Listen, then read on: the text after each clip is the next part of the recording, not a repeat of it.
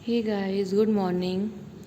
सो क्या बोलूँ मैं। ये वीडियो मैं रिकॉर्ड किया था जिस दिन रिज़ल्ट आया था उस दिन शाम को, बट गले से सही बोलूँ तो आवाज़ ही नहीं निकल रही थी।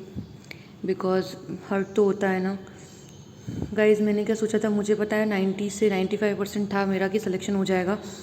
मतलब मेरा यूँ था कि मैं सबको बोल रही थी नहीं होगा नहीं होगा, बट मैं चाहती थी कि मेरा हो जाए, फिर मैं एकदम सबको सरप्राइज़ दूँ। बट रह गई मैं थोड़े मार्क्स से। मैंने आपको बताया था मेरे लास्ट व्लॉग में कि मेरे 185 186 हो रहे थे और 5 क्वेश्चन डिलीट हुए हैं, तो उसमें मुझे मार्क्स मिले हैं, पर पता नहीं मेरा रोल नंबर नहीं है गाइज़।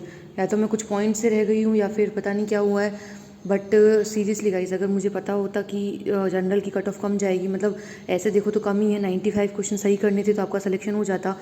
तो या तो नेगेटिव मैंने कर दिए, फालतू मुझे नहीं करने थे। मेरे अच्छे खासे क्वेश्चंस हो गए थे, बट क्योंकि मैंने एक्स्ट्रा क्वेश्चन कर दिए, क्योंकि मैंने गाइज साइंस में मेरा जो रहा है ना गलती, जिससे पता होता आप उनको कि अपनी कहाँ गलती थी कि अपना सिलेक्शन नहीं हुआ, तो मेरी गलती रही है साइंस में गाइज। क्योंकि साइंस को मैंने बहुत हल्के में लिया। मैंने सोचा कि मैं पढ़ाती हूँ तो हो जाएगा यूँ करके। साइंस मैथ्स मैंने पढ़ी नहीं, मैथ्स में तो सारे सही हो गए, 2 क्वेश्चन रॉन्ग हुए।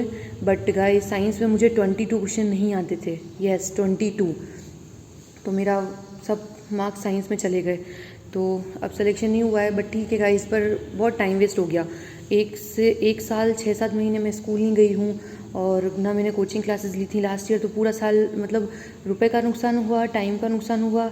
बट या एक चीज़ अच्छी हुई है, वो नुकसान कुछ नहीं, जैसे ऑनलाइन क्लास भी चल रही थी, बट ऐसा कुछ नहीं है। रुपए चलो छोड़ो, पर टाइम का हुआ है। पर हाँ, एक चीज़ है गाइस, क्योंकि इससे मुझे ये तो मिला है कि मुझे मेरा ये क्लियर हो गया कि मुझे तो गवर्नमेंट जॉब चाहिए ही चाहिए अब। बिकॉज गाइज सब कुछ लाइफ में पैसा नहीं होता है, मतलब पैसा बहुत कुछ होता है, बट फिर भी पैसा नहीं होता है। एक मुझे जो चाहिए था ना, वो चाहिए था कि मतलब जनरल की होके कि हाँ सिलेक्शन हो गया है ना, समझ रहे हो ना गाइज। जैसे अपने पेरेंट्स के पास जैसे मेरा नंबर होता, रोल नंबर मुझे लगा था होगा, तो जैसे पेरेंट्स के पास कॉल आता कि आपकी बेटी का क्या हो रहा है रिज़ल्ट, या फिर मैं स्टेटस लगाती तो सब कॉल करके पापा को बोलते कि आपकी बेटी का सिलेक्शन हो गया। तो वो खुशी चाहिए थी गाइज, नहीं मिली। बट क्या कर सकते हैं अब। और 2-3 दिन से दिमाग ख़राब हो रहा था। फिर गाइज ये देखो, ये जो वीडियो है ना, ये मुझे इंस्टा पे मिली थी। इसमें देखो गाइज, इसमें जो सॉन्ग था वो मैं लगा नहीं सकती थी, बट ये सॉन्ग हमको बताता है, मतलब ये वीडियो हमको बताता है कि लाइफ में हमको अगर सक्सेस पानी है तो थोड़ा सा टाइम लगता है ना गाइज। अभी सिलेक्शन हुआ होगा तो किनका हुआ होगा, जिन्होंने बहुत टाइम से मेहनत कर रहे होंगे, जो है ना, जिनका ये बहुत बार अटैम्प्ट होगा, जिन्होंने बहुत अच्छे से उनको जी के आती होगी। और ऐसा नहीं है, फ्रेश लोगों का भी हुआ होगा जिन्होंने जी जान से सिर्फ इसके ऊपर फोकस किया होगा, है ना गाइज। हमने भी मेहनत की, बट कुछ तो कमी रही है ना, कमी रहती है। देखो गाइज, वो किस्मत पे नहीं डालना सब कुछ। मेहनत अगर आप करोगे तो किस्मत चेंज कर सकते हैं। मेहनत में कमी रही है, इसीलिए सिलेक्शन अपना नहीं हुआ है। सिंपल फैक्ट है ये। लोग बोलते हैं किस्मत में नहीं था, ये नहीं था, ऐसा नहीं है गाइज। आप अगर मेहनत करोगे तो अपनी किस्मत को बदल सकते हो, तो इसीलिए टेंशन नहीं लेना। और गाइज एक और बात कहूँगी, गवर्नमेंट बहुत टाइम लेती है इतना, और कुछ भरोसा नहीं रहता इनका। इसीलिए आप ये नहीं है कि आप सब कुछ छोड़ छाड़ के इसके पीछे लगे रहो, है ना। क्योंकि आपकी एज क्या है, अगर आपकी एज कम है, आप अपने पेरेंट्स के साथ, पेरेंट्स आपको खिला रहे हैं, वैसा कर रहे हैं, तो आप चलो आप इसी पे ध्यान दीजिए, है ना। बट अगर आप बड़े हैं घर में और कमाना है आपको, है ना, आपकी एज ज़्यादा हो रही है, तो आप साथ में कुछ ना कुछ अपना रखिए। जैसे देखो, ये न्यूज़पेपर आया था वेडनेसडे का था, मधुरिमा, तो उसमें भी ये आया था गाइस, और इसी दिन मेरा वैसे रिजल्ट आया था, है ना। तो ये सुबह पढ़ा मैंने ये पेपर कल, और इसमें जैसे लिखा है कि आपकी कहाँ गलती होती है, तो इसमें वो ये कि पछताना नहीं है आपको। अगर आगे पढ़ना है तो ध्यान रखो कि आपने कहाँ गलती रही, वो आपको नहीं करनी है। और हर समय अपनी, है ना, जो असफलता मिली आपको उसके बारे में नहीं सोचना है, आपको आगे का सोचना है कि आगे का कर सकते हैं। क्योंकि अभी अपन कुछ चेंज नहीं कर सकते, अभी अपन बहुत डिप्रेशन में रहें या फिर कुछ सोचें तो अपना सिलेक्शन नहीं होने वाला है गाइज। ओके, सो इसीलिए अपना एक टारगेट चूज़ कर लो, है ना। और साथ में प्लीज़ कुछ इनकम का रखो साथ में। आप इनकम रखोगे तो आपको खुशी होगी, आपको ज़्यादा बर्डन नहीं लगेगा। और गाइज इतना भी टाइम नहीं चाहिए होता है। जैसे आपने भी देखा होगा कि आरएस का भी आया था, उसमें लोगों ने इंटरव्यू दिए, आईएएस जो सेलेक्ट हुए आईएएस लोग, वो 8-8 घंटे पढ़ते थे, है ना।